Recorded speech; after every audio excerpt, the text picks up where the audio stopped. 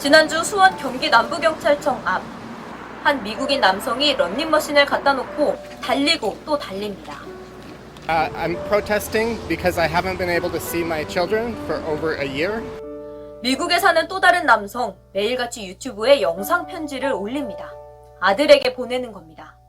준이야, 아빠야. 네 보기 위해서 아빠가 계속 노력하고 있는데 이렇게 시간만 가네. 준이 못 본 지도 이제 3년 반이 지나고.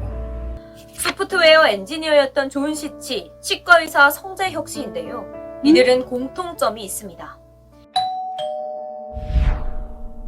2019년 여행을 다녀오겠다던 한국인 아내가 아이들을 데리고 잠적해버린 겁니다. 아빠들은 아이를 되찾기 위해 여러 소송을 했고 미국과 한국 법원 모두 이들의 손을 들어줬지만 소용이 없었습니다. 아내들은 판결을 무시하고 아이를 내주지 않고 있습니다. 법적 정당성을 다 인정을 받았는데도 불구하고 아이를 무단으로 데리고 있는 사람이 막무가내로 안 돌려주는 거지 않습니까? We went to the house, no one was there, and then we went to the school, and the school said they moved away. We don't know where. 미국은 이들 사건을 아동 탈취로 분류했습니다. 아이들이 일방적으로 납치됐다는 의미입니다. 그래서 아이들은 각각 인터폴, FBI의 실종자 명단에 올라 있고요. 부인은 유괴범으로 수배 중입니다.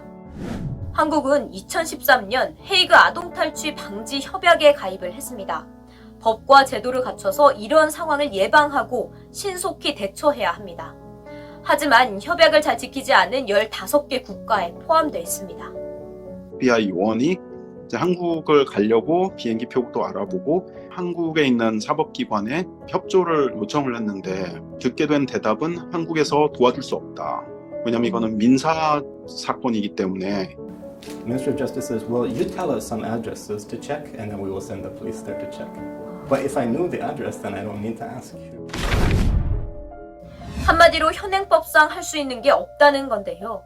법원은 아이를 안 돌려주는 부모에게 과태료를 부과하거나 감치 명령을 할 수 있지만 계속 도망다니면 딱히 방도가 없습니다. 아이의 의사를 존중한다며 강제 집행을 하지 않는 경우가 대부분인데 이 지점도 큰 문제라는 목소리가 나옵니다.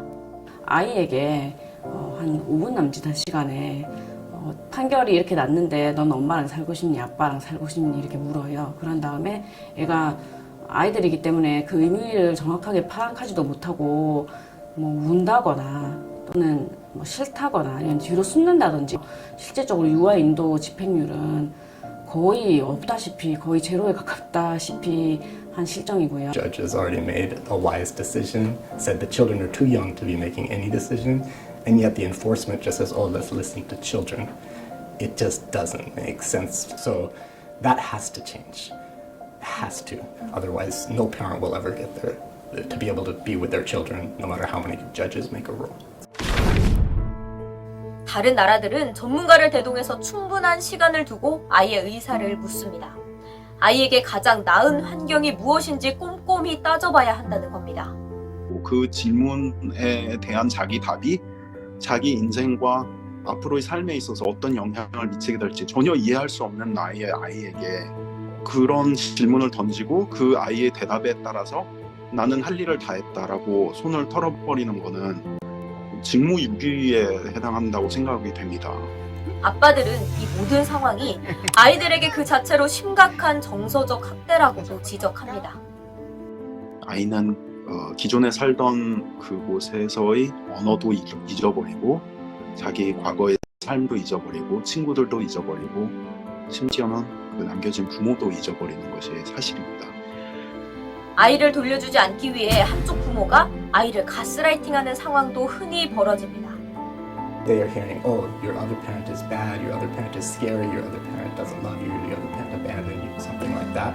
Then children feel bad about themselves too. Why did they abandon me? Why did they leave me? Why aren't they here? Like, I go to school, my friends have their dad. Why don't I have my dad here at school?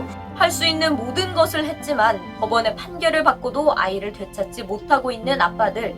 It's a very difficult feeling because I'm happy to see people enjoying time with their children. But then I am feeling that big hole about where are my children? Why aren't they with me? That one is very difficult, actually. 하지만 오늘도 호소를 멈추지 않습니다. 거의 매일 밤 잠이 들면서 생각을 합니다.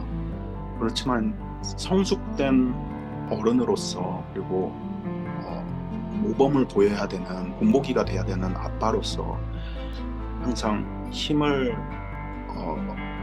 잃지 않아야 된다라고 생각을 하고 있고요.